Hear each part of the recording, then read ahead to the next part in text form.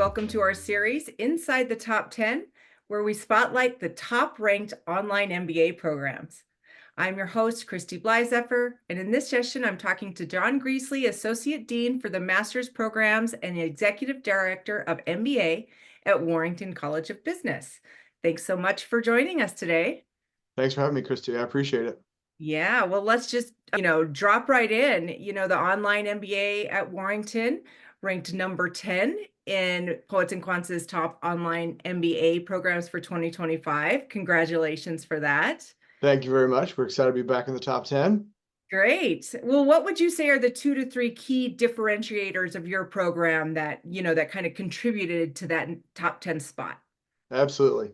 I think that the three things that set us apart are primarily innovation, the outcomes that we deliver, and really our alumni support.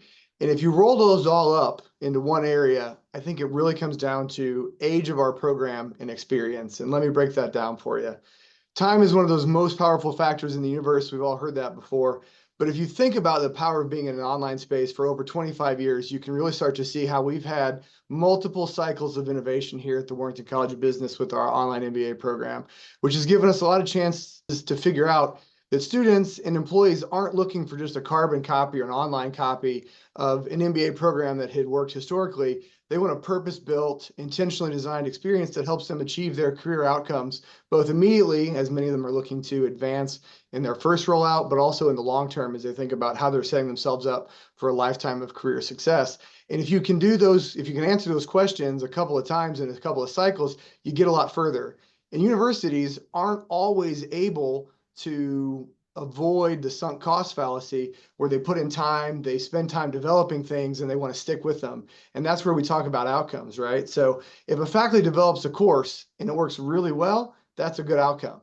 It doesn't always happen that way. You spend a couple of years developing a course, maybe there's some bumps, but you want to stick with it because you put time or money or both into developing. And so having had this 25 years of experience, learning from the days of VHS and dial-up internet through the iPad, the iPod, into the world where we live now, where basically we've got digital natives who are populating our programs, we've been able to focus on outcomes, whether that's on the academic side with the learning management system that's been developed over the years to support the students while they're in the online space. If it's the post-production that we put into our videos to make sure that it's more than just a talking head, which we all started with, and that's a very common thing. But you've got to make it more than that to keep the students engaged nowadays. And early in my career, which has spanned over 15 years in this space, we used to talk about edutainment like it was a bad thing. And I think we all can understand what edutainment is.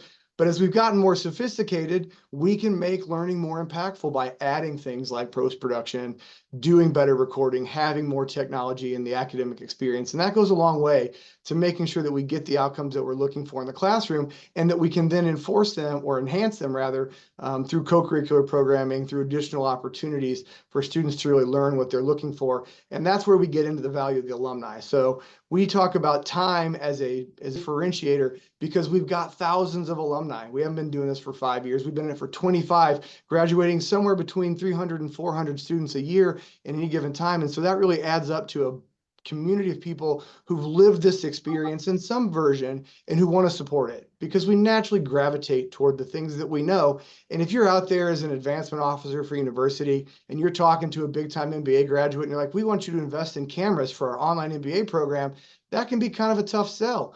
Or we want you to help craft this intentionally designed experiential learning opportunity for somebody who's going to be in a distance or who might be on Zoom or who might not be able to sit face to face with you. Like those kinds of things are a sell, and we're getting better at it. I don't want to say that this isn't something that's going to naturally catch up, but we've learned those lessons the hard way because we're having to sell that. But we've also got thousands of students who lived and breathed that, and they're here and they're ready to make that commitment, whether it's in projects or mentorship or helping in that career journey, because they've all been there and they want to help the next generation that comes after them. So innovation, outcomes, and alumni support through the factor of having this program that's been around for 25 years.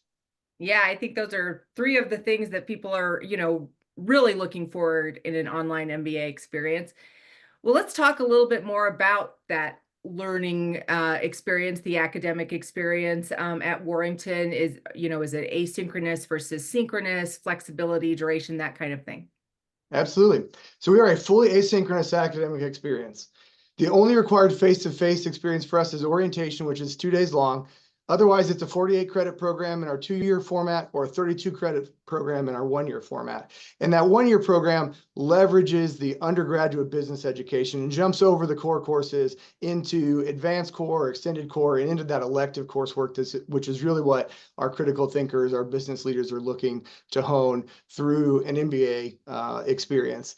And a lot of times the time to degree in those is really aligned with the length of the program. So the 2-year program takes 2 years. The 1-year program takes about a year. It changes a little bit. We have 3 intakes a year in our fall, spring, and summer semesters. And so depending on when you start and the quirks of university calendars and certifying degrees, it might take a little bit more, it might take a little bit less. But generally speaking, you can expect if you're in a 2-year program, it's going to take you about 24 months to complete. Typically speaking, everybody who starts, which is about 95, or I should say about a 95% graduation rate, says that if you start the program, you'll finish it in that timeline. Every once in a while, somebody will take a little bit more time for their personal schedule, whether it's, the personal life, the professional life, maybe there's a financial consideration to take a little bit longer. But basically, everybody who graduates does so within 3 years so that they aren't too far away from that core coursework when they're graduating and they're going out and they're applying it in their jobs and in their workplaces. And that also helps us build those experiential courses where they can apply those things that they're learning, and that we can create those opportunities where folks can come together and they can really apply those things in learning, because we know that they're close to what they learned from the core concepts.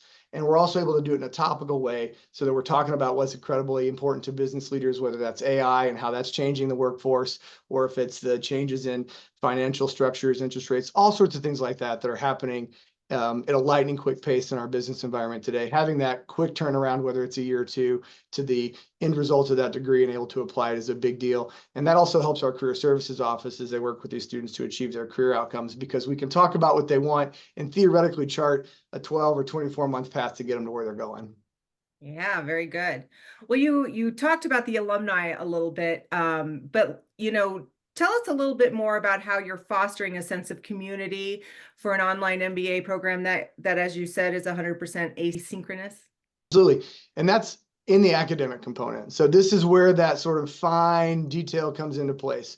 We create community using face-to-face like a lot of our other top 10 peers do, but everything we do in that scenario is elective. And that's intentional because we know that you can put all the ingredients in a bowl, but you can't necessarily make a mix. You have to have the ingredients that want to be there. And so the only thing we require is that orientation in terms of that sort of face-to-face community building. And that's important. And I think everybody would agree to that. Knowing that you're talking to people who are real people, having the chance to put some faces to some names is important. We do most of the nuts and bolts of how the program works through an asynchronous orientation in advance, sort of keeping true to that asynchronous value for the program. But we do want them to mix and mingle. We want them to understand that these are also real people with real goals, and they're living and breathing the same thing, because that helps create that support network that every online MBA student needs to ultimately be successful. It also gives them a chance to interact with alumni. We do an alumni panel, we do some things like that, so that the students can hear firsthand how to make this whole thing work, how to create the opportunities that you're looking for, how to really demystify the process of earning an online MBA, which is becoming less and less of a strange thing because so many people have had an online course at some point in their life at this point. But it does give us a chance to really say, hey, you can do it. I'm living proof. And this is how I made that happen. So that's our only face-to-face requirement. But beyond that, we have all sorts of opportunities. We do shared academic advising in a virtual standpoint, which lets the cohorts interact with each other. They also get to meet some other people that are out there. So there's a touch point there that's shared and synchronous, but isn't necessarily face-to-face. We've got lots of elective courses. Some of them are based here in Gainesville. Some of them are international. Some of them are at other places here in the United States. That are coursework that's required. We've got the access to the Washington campus, which is a big thing for a lot of our veteran students who like to get there into Washington to see where a lot of the decision making happens. That may be something that they think about transitioning into as they move into civilian life. So we've got some good opportunities to create community in an academic standpoint that are face-to-face and are synchronous. Beyond that, we've got a lot of programming that really enables community.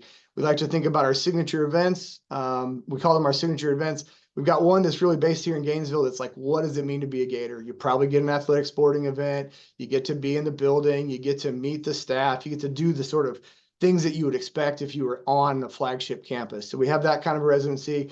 We've also got stuff that we're trying to take out to the students where they are, so that if you're sitting somewhere other than the state of Florida, or even if you're sitting somewhere else in the state of Florida, you get a chance to engage with your peers. We're doing things in Orlando on personal branding as well as corporate branding. We've got a program coming up in Houston that's focused on energy, both for yourself and in oil and gas. So we're trying to align the outcomes for individuals with the markets in which we can also have some professional and career things happening. And that's a great way to get some community that folks can opt into that maybe are a little bit closer.